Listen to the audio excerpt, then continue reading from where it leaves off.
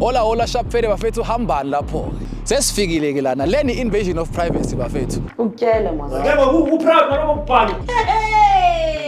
Manje mayiloga ku Facebook efonini yakho ufuna ukuzithoma mangaqokanga. Siyangena phakathi kuma cellphone siyawa invade siyawavula and then sinigama phone ukuthi nibheke ukuthi it's like grand sharp lama message lama DM khambani ngawo phakathi. Hawu Nkosi Yazini ne masiyeke manje. Yo Nyoka nyani ngicela ikhiyazami. Ma hayi ngodlame sister. Kuukuthi khona mhlawumbe into edojo itholayo kuma relationship wakho samthola sobuntu wakho. Uyasibhalela thina siyafika niyamkhona athi amengiphethe lana uRasta we-IT.